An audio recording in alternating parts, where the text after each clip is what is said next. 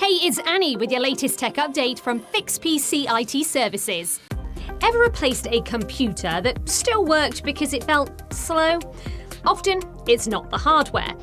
In Windows 11, background apps, missed updates, and full storage can cause sluggish PCs.